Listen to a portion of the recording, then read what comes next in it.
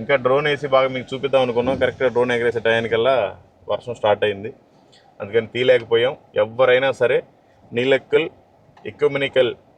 Ecumenical church అని కొట్టండి, ఖచ్చితంగా వస్తుంది. Nilakkal ecumenical church. ఇది ఏ డినామినేషన్కి చెందింది కాదు, అందరికీ చెందింది. సో అది డినామినేషను, కులాలు, మతాలు అట్లాంటి ఏం ప్రాబ్లం లేవు. మార్గానికే సాదృశ్యమైన చర్చ్ ఇది. అదిగోండి అక్కడ చూసినట్టయితే సిలువ, అద్భుతంగా సిలువను పెట్టిన తర్వాత మాత్రమే ఆయన ఆరాధనలు అవన్నీ కూడా స్టార్ట్ చేస్తారు. చాలా అద్భుతం అండి. ఇక్కడ ఎవరు పరిసర ప్రాంతాల్లో కనుచూపు మేర ఎవరు కనిపించరు, సెల్ ఫోన్లు పని చేయవు, ఎవరన్నా కేకేసినా ఎవరికి వినపడదు. ఇక్కడ భయంకరమైన జంతువులు అన్ని ఏనుగు పేడలు మీకు చూపిస్తాను పోయేదారిలో. ఇక్కడ కూడా ఉండేవి లాస్ట్ టైం వచ్చినప్పుడు, ఇప్పుడు లేవు. ఇదన్నమాట, చాలా అద్భుతం. సిలువ దగ్గర ప్రార్థన చేసుకున్నాము, అట్లాగే చర్చ్ దగ్గర కూడా ప్రార్థన చేసుకున్నాం. చాలా అద్భుతంగా ఉంది. ఇదిగోండి ఇక్కడ చూడండి బోర్డు ఏమని రాసిందో, welcome to the holy land of Nilakkal. అది ఈ నీలక్కల్ ఫారెస్ట్ ఎంత పెద్దదైనా సరే హోలీ ల్యాండ్ మాత్రం ఇక్కడే ఉంది. అది దేవుని కృప. Thank you, praise God.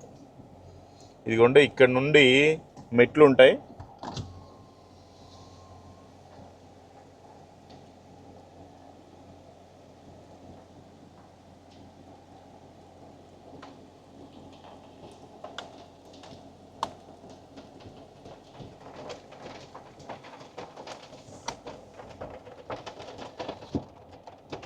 So ఇది పంబా నది లోపలికి వెళ్ళే దారి.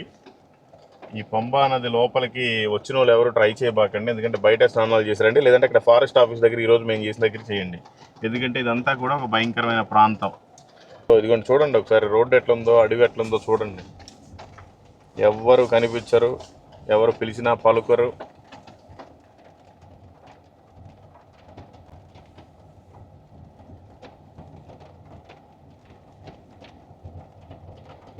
పులులు, సింహాలు అన్నీ కూడా ఆయన ప్రార్థన చేసుకుంటుంటే సాష్టాంగపడ్డ ప్రాంతం ఇది.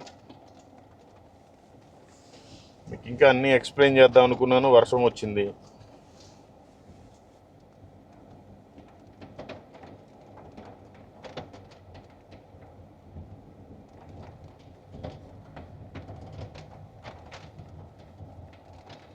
అదిగోండి కొండల్లో నుంచి వచ్చే ఊట.